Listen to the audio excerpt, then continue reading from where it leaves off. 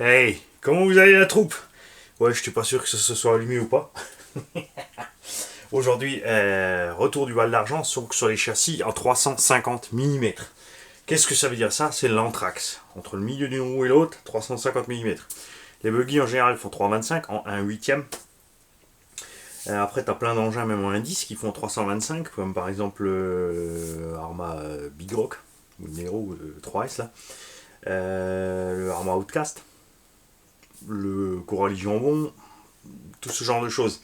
Il y a quand même des différences parce que t'en as c'est basé sur du 1.8 et d'autres sur du 1.10. Donc c'est un 10 un peu rallongé, sera plus compact et plus léger, toujours encore qu'un 8 qui a été compacté. Ça se conduit pas pareil. C'est différents points de vue réaction entre 325, 350 et 375 mm, ce qui est la taille standard d'un truggy comme un Sledge ou un Hyper ST Pro ou d'autres. Ça change tout. Ça peut paraître bizarre, mais ces différences d'anthrax changent la réaction du véhicule. Surtout quand tu mets beaucoup de S. Les anthrax courts en 4S, ça se passe bien. Quand tu passes à 6S, c'est très violent sur l'assiette avant-arrière à gérer. Vous allez le voir dans les vidéos. On va donc commencer par le plus petit parce qu'il est en 4S aussi. C'est le Arma Kraton V2. Alors, cette machine a toujours encore son châssis qui a été réparé sur l'avant. Ça tient très bien. Les températures montent. On a pris un paquet de gamelles qui était plus violente sur ce run là que ce qu'il a pris quand il a mangé l'arbre. Je reste de loin pas le seul qui a eu des soucis de casse de châssis avec ces engins là. Après, il faut aussi peut-être qu'on se calme avec et qu'on remette les choses à leur place. C'est un 4S prévu, c'est l'entrée de gamme.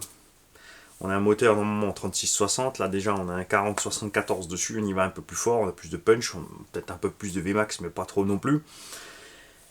Le package complet est agréable. Cette machine est agréable partout. Tu roules dans l'herbe, le sable, le goudron, elle s'avérait être à l'aise partout. Elle est très bien équilibrée aussi, elle vole super.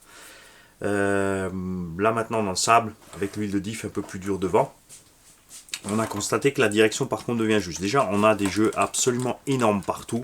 C'est un engin de loisir, ça ne dérange pas.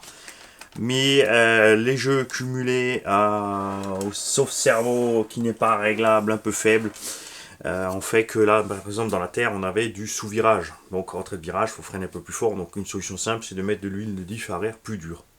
On a déjà durci l'avant. Normalement, ouais. Mais tu vois, pas trop. Hein. J'ai pas exagéré par rapport à l'origine. C'est juste que d'origine, t'as l'avant qui mouline dans le vide. On va peut-être faire la même chose à l'arrière pour le remettre un peu au carré. Pas trop fort. Donc on a... Ouais, ça c'est le plus bizarre, hein. C'est vraiment la direction, ça shake dans tous les sens, les moyeux, les portes-fusées, tout ça, ça bouge de partout. Les cardans, ils bronchent pas. Châssis, comme dit, on verra en été ce qui se passe. Il n'y a rien à ajouter. Package complet, ça me va. On a un peu peur pour le cerveau, j'ai pas encore eu de blague avec. La bâche barre, c'est toujours ce truc là qui se dessert, c'est pas très grave. Elle bouge pas. Je peux pas vous en dire plus puisque j'ai pas bousillé plus. Aussi simple que ça. Je suis très content des pneus. Pareil. Ils vont très bien partout. Et même si j'étais sûr aussi qu'on exploserait la roulette en premier que le reste, ou à l'arrière que ça poserait problème, il n'y a pas eu. Il n'y a pas eu. Et si j'ai mis un autre moteur, c'est parce que je voulais juste un peu plus de patate. On a quand même 4,5 kg. Comme dit, on a le poids d'un truggy, un 8e standard. Enfin standard, on va dire un peu tout ce qui est engin de compète par là. Donc le moteur fait le boulot. Hein, le moteur fait le boulot. Si t'hésites, t'inquiète pas, prends-le comme il est. Tu vas te faire plaisir. Tu vas te faire plaisir. Si t'es débutant, de toute façon, on commence même toujours avec la bride. N'hésite pas. Fais pas tout de suite ton mamie à tout bousiller. Je pense pas que Arma va faire quoi que ce soit au niveau du châssis. Hein, c'est comme Traxa, c'est les grosses boîtes américaines en général, ça se bouge pas. Derrière, on s'en fout de ta gueule.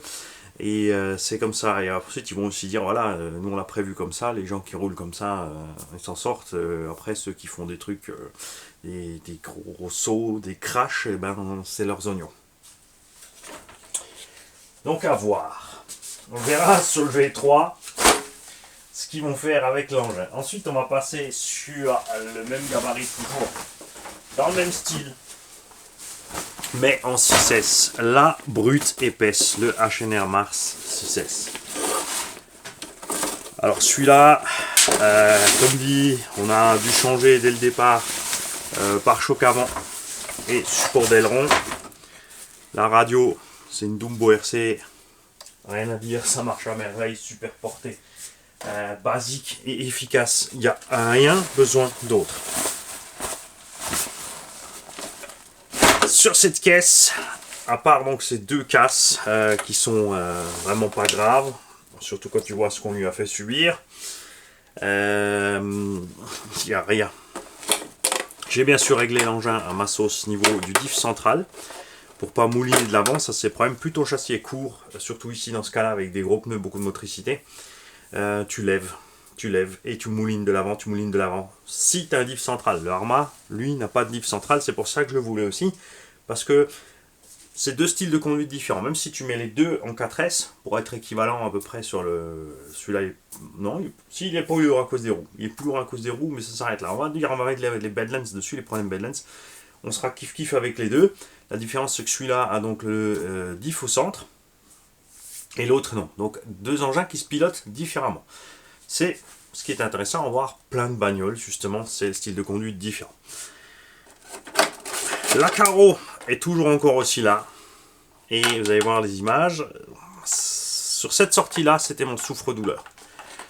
Pourquoi? Parce que aussi j'ai confiance dans la machine. Je savais que normalement ça devrait bien se passer et ça s'est bien passé. Les suspensions vont bien, tout est entier. Très important, n'oubliez pas, je le répéterai encore 200 000 fois, mais c'est vital si tu veux pas bousiller tes amortos. Cale de butée de suspension arrière 1 cm, cale de butée de suspension avant 5 mm pour être tranquille avec tes amortos tout simplement. La vache barre, les derniers qui l'ont acheté, j'aurais demandé s'ils voulaient bien l'inverser à l'image de ce qu'a fait Arrma, c'est-à-dire mettre le caoutchouc devant, puisque eux ils l'ont mis avec le caoutchouc là, mais c'est là qu'est tout le flex et c'est là que cette petite vis M4 ou 5 se plie ou se tord. Arrma a fait le choix d'inverser, mettre le tampon là devant. Est-ce que c'est mieux ou pas? On le verra. Moi je l'ai bloqué ici, ça a un petit peu tordu la biellette arrière avec le temps. Mais sinon j'ai rien, je l'envoie en simple, en double et surtout en loupé. On plante le nez, on plante le tulle de cette machine, rien, les triangles bougent pas, les biellettes bougent pas, les chapes se bougent pas. Il y a donc ces cales de suspect à mettre, inverser pour voir, si pas mettre une vis plus grosse ou virer le caoutchouc ici. J'ai mis tout simplement une bague en alu pour virer le caoutchouc.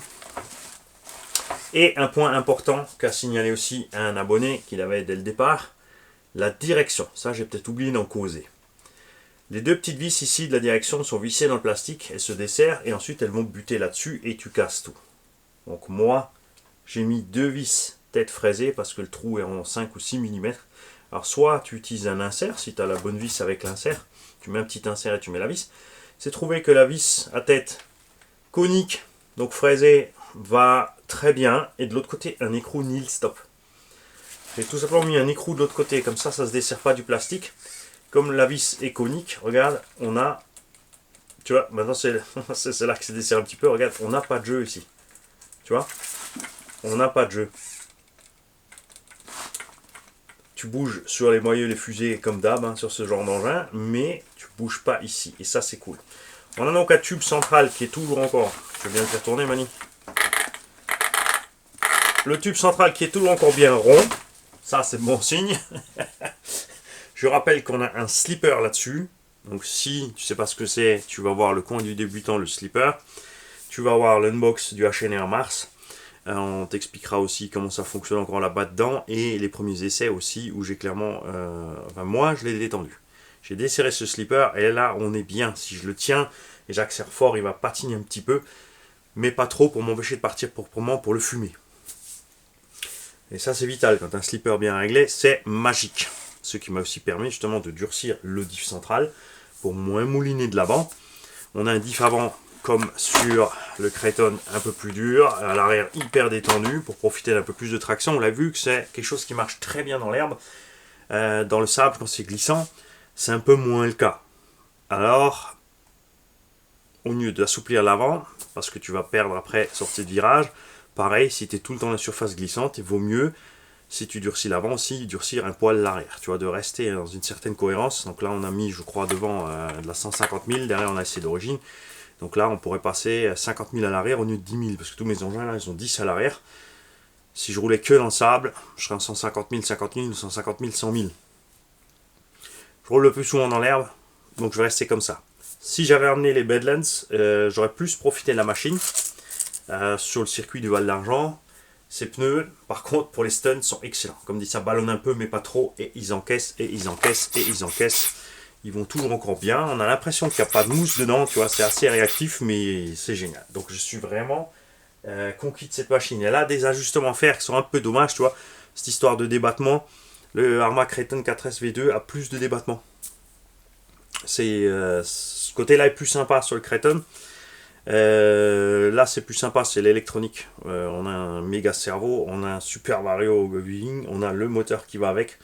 On est direct en 6S. Le budget c'est pas le même, bien sûr, tu as une centaine d'écart entre les deux.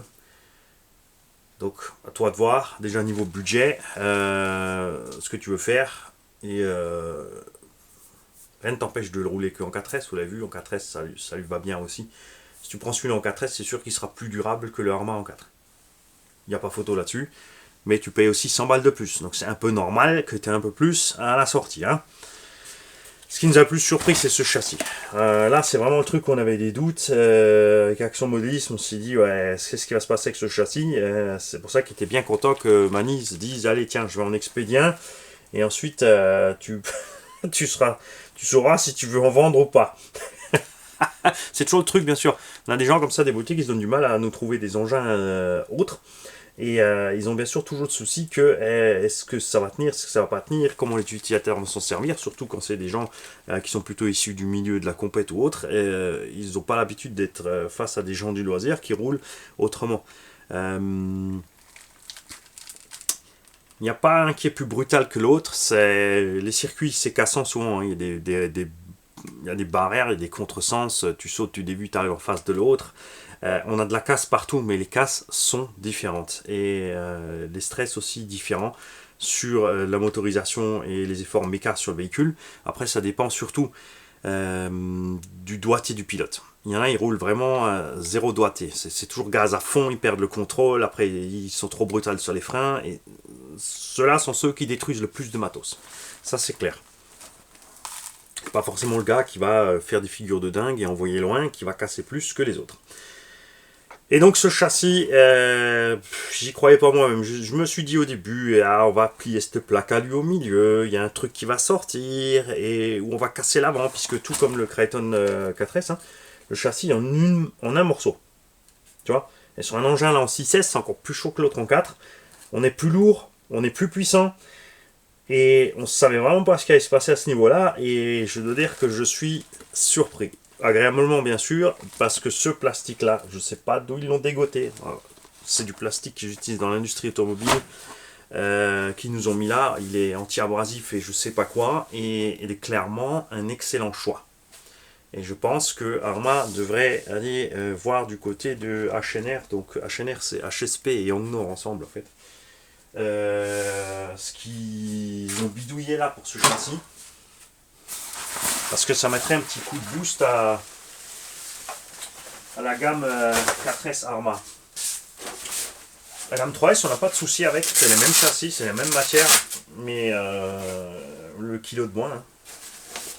On revient toujours au même, ce satané poids. On a ainsi un fan de moto qui nous a dit, ouais, le véhicule plus lourd ira pas moins vite que le véhicule léger, parce que surtout en brushless, ça le gêne pas. Paramètre pas faux, mais à étendre. Et donc je lui ai dit que c'est pas tout à fait vrai, parce que si tu prends un véhicule de 4,5 kg, dans lequel tu mets la même puissance et le même étagement, et attention, on parle d'un étagement maximum. Si on met un étagement normal pour rouler dans un engin de 4,5 kg et un engin de 6 kg, ils iront exactement à la même vitesse avec le même combo, mais dans l'engin de 6 kg, tu auras juste une différence de consommation. L'accélération sera moins grande, le freinage sera plus étiré, et la conso par contre va exploser. Mais quand tu vas mettre un pignon, une couronne, Dans ton engin de 4,5 kg où le moteur est déjà limite qu'il n'arrive pas à ses tours minutes max, quand tu vas ajouter 1,5 kg sur la voiture, parce qu'on ne parle pas de 2-3% dans ce cas-là, entre 4,5 kg et 6 kg, il y a 50% d'écart de poids. Moi je fais 92 kg là, si tu me rajoutes 46 kg sur le dos, et je vais pas courir aussi vite. Hein, ou alors vraiment moins longtemps. Mais tu vois ce que je veux dire, c'est énorme. C'est pas comme si je prenais juste un sac à dos de 2-3 kg. C'est la moitié de mon poids en plus. Et là c'est énorme. Et le moteur électrique, donc s'il est déjà à la limite pour pas arriver au tour max avec les 4,5 kg, plus la résistance à l'air bien sûr, cette masse en plus va l'empêcher encore plus d'arriver à cette Vmax. Et définitivement tu vas aller moins vite. C'est des trucs qu'on a testé plein de fois en RCR. Il n'y a pas photo. Si tu prends la VT RC by J qu'on avait fait à 4,5 kg, avec le même combo que le Arma, avec la même démultiplication, il y avait plus de 15 km/h d'écart. C'est pas l'aérodynamique, on a viré les carreaux, c'est kiff. Le Team Magic E6 HX. Donc mon préféré de la gamme chez Team Magic, parce que le BS et le V-Gen beaucoup trop cher. Le BS2 encore pire. Existe qu'en RTR et les prix sont complètement déraillants. La carreau est super belle, mais on se retrouve en plus avec des amortos moins bien que sur le V-Gen. J'ai pas compris le délire du BS2. Peut-être que c'est parce que le V-Gen est en kit et le BS2 n'est pas en kit. On a aussi l'accès lipo qui est différent. Sur le V-Gen, ils ont carrément coupé côté caisse, ils ont mis des sangles. Du coup, la lipo n'est pas protégée sur les côtés, je suis pas fan. C'est vrai que cette place de lipo, toujours, hein, sur Team Magic, on attend impatiemment qu'ils nous fassent quelque chose de mieux de ce côté-là. Pour mieux protéger, c'est pour mettre plus simplement des lipos dedans, tout simplement, et qu'elles soient bien protégées. J'arrive, hein, comme les autres. On va d'abord enlever un petit peu là ce qu'il y aura pour pas en foutre plein l'atelier. Cette machine-là, pareil, 350 mm et des grosses roues qui ont du grip. L'équilibre avant-arrière, c'est chaud, surtout en l'air, surtout quand ta batterie est bien fraîche, quand tu as beaucoup de patates, tu le sens. Faut vraiment être doux sur gaz frein ou au moins tes réglages pour réussir à t'en sortir. Je vais laisser ça, non c'est bon, je vais vous montrer après, t'inquiète. Alors, au lieu d'avoir sur celui-là la grosse roulette et le gros système de fixation d'aileron d'origine qui est très lourd, on a mis un support pare-choc arrière de X-Max. Là, il a cédé aussi parce qu'on y allait méga fort, mais en temps normal, ça tient bien. L'arrière, du coup, est beaucoup plus souple sur les coups. La roulette se plie par rapport à l'autre, même si l'autre encaisse quand même. Sur les roulettes là des HX, ça m'est déjà arrivé de tordre les axes, c'est du 3, donc moi je les ai virés, j'ai passé une vis 1M4 à travers le tout. Prends une grosse vis comme ça, 4 par 60, tu passes à travers, tu mets une stop de l'autre côté, et tu es tranquille, tu perds plus ta roulette, tu déformes plus l'arrière. Dans le tout-terrain, quand on fait les sauvages, CHX, VGen, etc., ont tous le même problème depuis qu'ils ont fait ces bras, c'est qu'on n'a pas assez de flex. Tu peux ici péter la pièce là. Il y en a qui cassent les châssis sur les gros sauts. Donc c'est pas un engin, c'est une bonne caisse, elle est solide, mais on va dire qu'elle trouve un peu ses limites avant, par exemple, le Revo ou le MTX, tout simplement. Mais là, sur le circuit, où en général les MT sont pas à l'aise, et ben il s'est avéré que ce machin était super à l'aise. Les roues fournies avec sont très bien, mais c'est du taille basse. Je suis pas fan des tailles basses sur les MT. Pour les chocs et les machins, elles sont assez glissantes aussi ces roues. Et on a essayé donc là-dessus les J-Concept Kingfish. J'ai aussi donc les autres qui sont sur l'autre Team Magic ici. Et ces roues, déjà, sont très chères. Il existe à la base plusieurs couleurs de jantes, mais tu trouves pas ce que tu veux comme tu veux, surtout pas en France. Normalement, ils font du blanc, du gris, du jaune et du noir. Je crois, le noir, je suis pas sûr. Et il est un fait qu'on a une différence de gomme entre ces deux pneus, ce que je ne pensais pas au début. Cela ballonne un peu, mais pas trop. Sont relativement mous. on n'a pas une super sensation de gomme comme ça. Ça va être excellent. Il glisse un peu au démarrage. Après, quand il mouline, ça chope bien. Dans les virages, comme c'est du chevron, tu glisses pas mal. Donc ça évite à l'engin de baigner, surtout quand tu as un engin haut. C'est pour ça que les MT souvent roulent avec des roues à chevron. Précisément à cause de ça, ça évite ce genre de pépin. On a eu un souci avec les moyeux. Ça, c'est la bête noire chez Proline, chez J-Concept et chez Proline, sur les roues de Losi. Les roues du Losi LMT ont des Exat 17. Si tu prends ces roues à part, tu te retrouves avec des Exat. Si tu prends chez Proline, tu n'as que les Exat 12. C'est un moyeu démontable, mais Proline ne vend pas le moyeu à part. Losi vend que les jantes complètes avec le moyeu. C'est pas débile, c'est la même boîte Horizon Hobby. C'est vraiment du foutage de gueule. Existe les options alu GPM, mais après tu peux pas monter sur un engin standard 1/8, puisque tu te retrouves avec un trou et un axe de 6. Tu vas me dire, tu peux percer? Non, parce qu'il y a ça de profondeur, tu ne peux pas passer ton écrou. Donc si tu prends les roues Proline, si tu veux les pneus Proline, autres que ceux qui sont sur les LMT, parce qu'ils font aussi le même profil que je vous ai montré là, qui sont excellents, ils sont là d'ailleurs. Achète les pneus à part. Et ensuite, il faut acheter les roues chez Losi. C'est débile. C'est débile. Et encore, Losi LMT, stop, je vous dis une bêtise, il n'y a pas d'écrou de 17 non plus. Donc laissez tomber, vous allez vous arracher les cheveux pour réussir à monter 117. Donc les J-Concept, ça se monte. Les moyeux, donc ça casse, il faut acheter des jantes. Quand tu achètes des jantes, puisqu'il existe 2 offsets, un peu et beaucoup, tu n'as pas de choix à zéro. J'aimerais bien avoir moins de offsets, mais tu as un peu et beaucoup. C'est un demi ou un peu plus. Quand tu achètes les jantes à part, je les ai trouvées en Allemagne, en France, même pas disponibles, tu n'as aucune précision et tu ne reçois pas les bons moyeux. Donc faites gaffe. Nous, on va voir avec différents usineurs qui peuvent avoir du plastique et travailler sur le plastique, sur du nylon ou des trucs balèzes. Sinon, on passera par la lume, même si je suis pas fan. Une pièce un peu en plus spéciale point de vue de la forme, ce qu'ils ont fait là-dessus. Très certainement ils ont fait exprès. Après ils ont tellement fait exprès que même eux-mêmes ne proposent pas l'option alu, parce que ça va leur coûter trop cher de les fabriquer, leur option alu, vu comme ils ont gaulé le truc. C'est pas comprendre.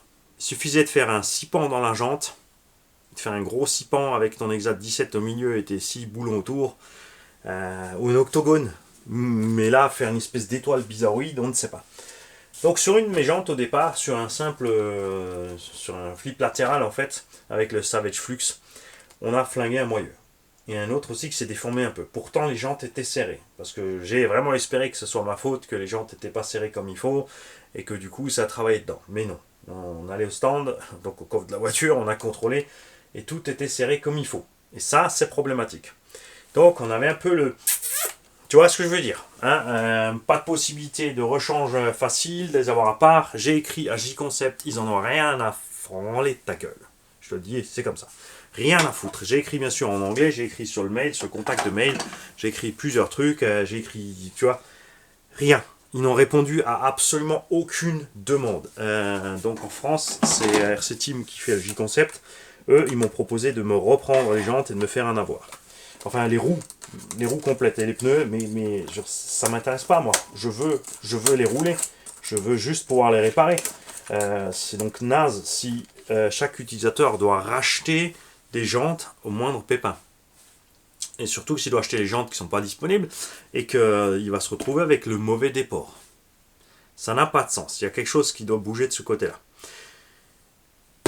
Et revenons-en aux pneus. Les Kingfish sont plus souples. Ils ont un profil beaucoup plus agressif. Et là, sur le circuit de Val d'Argent, en terre, c'était absolument génial. Tu vois, ces grosses rainures sont hyper souples. On a une réaction vraiment agréable à la motricité. Le freinage aussi est très contrôlé. Et ce à quoi on ne s'attendait pas, le fait d'avoir ces doubles chevrons au centre, en virage, change la donne par rapport à ceux-là. Là-bas, l'engin, il va glisser sur le virage, comme on avait fait avec le Fox, avec les pneus pelles. Tu glisses comme un hydroplane sur l'eau, tu glisses, et à partir du moment que tu mets un gaz, tu repars. Donc tu fais des virages un peu plus secs, un peu, tu vois, tu fais pas des courbes, tu vas glisser et tu vas reprendre. Comme vraiment zip, zip, zip, zip, comme un skieur. Alors que ces doubles chevrons centrales inversés là, quand tu es dans le virage, la voiture, quand tu lâches les gaz, tu tournes, ne bouge pas. Et là, tu reprends et elle continue son truc. Tu vois, tu arraches pas. Parce qu'avec l'autre, quand tu remets gaz, tu as le cul qui arrache, ça va pousser, c'est un moulinet. Et alors que là, c'est plus fluide d'un point de vue mouvement. Et comme ils sont plus souples, ils encaissent un peu mieux les sauts, honnêtement, que les autres là-bas. C'est aussi parce que, bien sûr, il y a un bout de gomme en plus, hein, qui pèse d'ailleurs en plus sur le pneu. Ils sont un peu plus lourds. Je rappelle que dedans on est en taille basse et dehors en taille haute. C'est pas pour rien qu'ils ont copié ce que fait Traxxas. Hein. C'est parce que ça fonctionne super bien. C'est bien Traxxas qui a commencé avec ces jantes-là. Et franchement, je me suis régalé avec ce Teammagic HX comme jamais sur circuit. Parce que c'est toujours l'endroit où il n'était pas à l'aise. Et là, c'était absolument super. Mani, il est content. Bon, maintenant, moi, je vous l'ai dit, il y a certains véhicules qui vont partir, donc j'ai assez joué avec mes Teammagic et mes machins et tout. Et je vous ai aussi dit, détendez-vous, il y a des réservataires. Hein. On a le... Alors, je vendrai, je pense, le Erevo. Le Savage, normalement, il y a quelqu'un qui est dessus. Le MTX, je ne sais pas si je vais le vendre. Il y a un autre qui attend le MTX, mais je ne suis pas encore chaud pour le vendre, celui-là. Je vais par contre vendre les deux Teammagic. Ils seront équipés en 6S RTR1. Vous n'aurez pas ces roues parce que les roues je les garde, je les mets sur le MTX. Vous inquiétez pas, on en discutera au moment de le faire, donc c'est pas la peine de m'envoyer un mail maintenant. Je vais d'abord nettoyer les machines, faire ce qu'il faut qu'elles soient propres, hein, les équiper, et ensuite on fera la vidéo tout simplement où je vous expliquerai que je vends la machine. Et pour le prix, c'est comme d'hab. Je fais ce que j'ai envie, comme j'ai envie. C'est moi le vendeur. Si tu as envie de l'acheter, il faudra jouer avec le vendeur. C'est un jeu. C'est comme ça. Stolcha, perché. N'oubliez pas aussi sur vos Teammagic de fixer les coupelles d'amorto avec le petit rilsan qui va bien. Ici, c'était le cas. C'est ce que j'ai gratté avant, c'est que ce machin-là s'était barré. Entre les différentes versions, il y a différents ressorts aussi. Entre le Raptor, le HX, les anciens modèles, les nouveaux modèles, il y a des ressorts de différentes couleurs. C'est pas juste pour le côté funky chez Teammagic, ce sont différents codes de dureté de ces ressorts. Les noirs et gris là étant les plus souples, et j'ai pas de bague de précontrainte dessus. C'est pour ça que j'ai fixé aussi mes coupelles. Je suis vraiment à l'aise comme ça. Donc ce que je suis en train de te dire, tu as envie d'un Teammagic HX, si c'est pour faire du gros bâche de cochon, c'est pas forcément la meilleure machine. Il y a des trucs qui vont lâcher, se plier, se tordre. Ne pas oublier, très important toujours, l'entretien régulier du diff central avant tout. Il est petit en volume, et si tu fais pas régulièrement ton entretien de diff central, selon ta façon de conduire, c'est toujours pareil. Hein. Si tu fais toujours mouliner, mouliner, mouliner parce que tu lèves et tu moulines de l'avant, tu lèves, tu moulines de l'avant, à gogo, à gogo, à gogo, parce que tu vas fort sur les gaz.